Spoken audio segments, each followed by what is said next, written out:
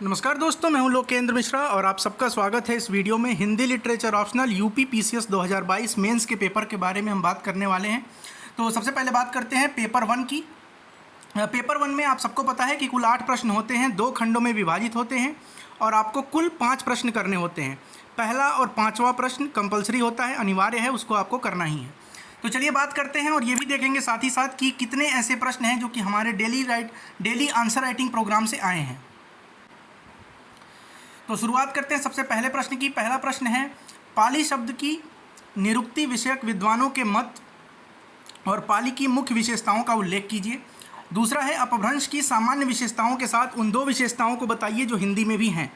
ये प्रश्न कराए गए थे डेली आंसर राइटिंग प्रोग्राम में। आपको पता होगा कि जब आपसे ये प्रश्न पूछा गया था कि अपभ्रंश की विशेषता क्या होती है और हिंदी के विकास में अपभ्रंश का क्या योगदान है, दोनों को जोड़कर प्रश्न पूछा गया था। हिंदी क्षेत्र को स्पष्ट करते हुए क्षेत्र की प्रचलित हिंदी बोलियों का उल्लेख कीजिए।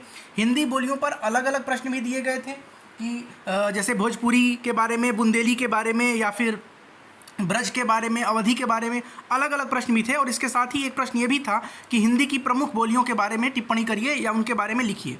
आगे बढ़ते हैं। दूसरा प्रश्न है, काव्य भाषा के रूप में ब्रज भाषा का विकास का और मध्यकालीन एवं आधुनिक कालीन ब्रज भाषा के प्रमुख कवियों के नामों का उल्लेख कीजिए।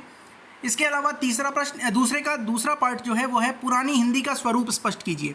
सीधे सीधे ये प्रश्न पूछा गया था और उसके 2 साहित्यिक भाषा रूपों के नाम भी बताइए। तीसरा प्रश्न, खड़ी बोली हिंदी को साहित्यिक भाषा के पद पर प्रतिष्ठित करने वाले कारणों की चर्चा कीजिए। तो इसको ऐसे प्रश्न पूछा गया था, जो मैंने आंसर राइटिंग प्रोग्राम में दिया था वो ये दिया था कि खड़ी बोली ने किस तरह से अपना विकास 19वीं शताब्दी में किया है और वर्तमान स्वरूप जो खड़ी बोली का है इसके पीछे क्या कारण थे, ऐसा प्रश्न पूछा गया था। तो ये प्रश्न भी पूछा गया है। वैज्ञानिक और तकनीकी क्षेत्रों में हिंदी के चलन को लेकर आ रही बाधाओं और उन्हें दूर करने के उपायों पर विचार कीजिए। वैज्ञानिक और तकनीकी शब्दावली चूंकि हमारे सिलेबस में है तो इससे पूछा गया। अवधी और भोजपुरी की समान विशेषताओं तथा भाषा क्षेत्रों का उल्लेख कीजिए। भोजपुरी के लिए अलग प्रश्न दिया गया था, अवधी के लिए अलग प्रश्न दिया गया था। दोनों में क्या कॉमन बातें हैं वो यहाँ पर लिखनी थी। सच तो यह है कि ब्रज, कन्नौजी तथा बुंदेली एक ही उपभाषा के 3 प्रादेशिक रूप मात्र हैं। कथन के आलोक में ब्रज तथा बुंदेली का परीक्षण कीजिए। चौथा प्रश्न, एक वैज्ञानिक लिपि को वर्णात्मक होना चाहिए। उक्ति के संदर्भ में देवनागरी लिपि की वैज्ञानिकता का मूल्यांकन करिए। वैज्ञानिकता वाला प्रश्न पूछा गया था। हिंदी में आगत विदेशी भाषाओं के शब्दों के किन किन वर्गों में विभाजित किया गया है, उदाहरण सहित बताना था।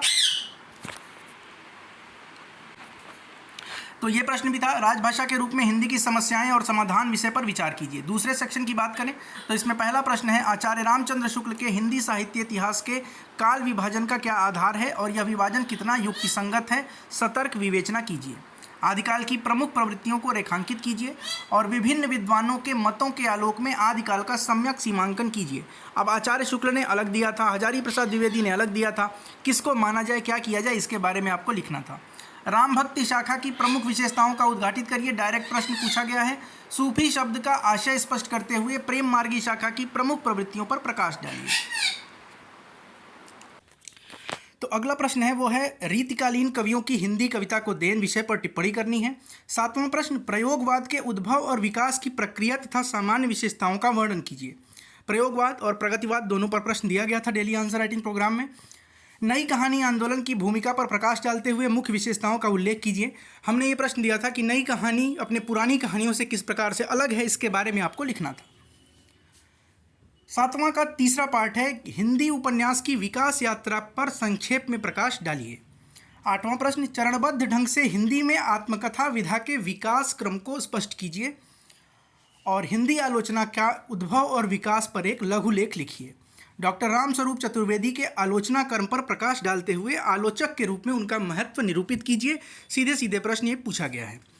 तो ये जो भी प्रश्न हैं लगभग डायरेक्ट या इनडायरेक्ट रूप से हमारे डेली आंसर राइटिंग प्रोग्राम और उसके साथ साथ जो फ्री वीडियोस यूट्यूब पर उपलब्ध हैं उनसे आप कर सकते थे।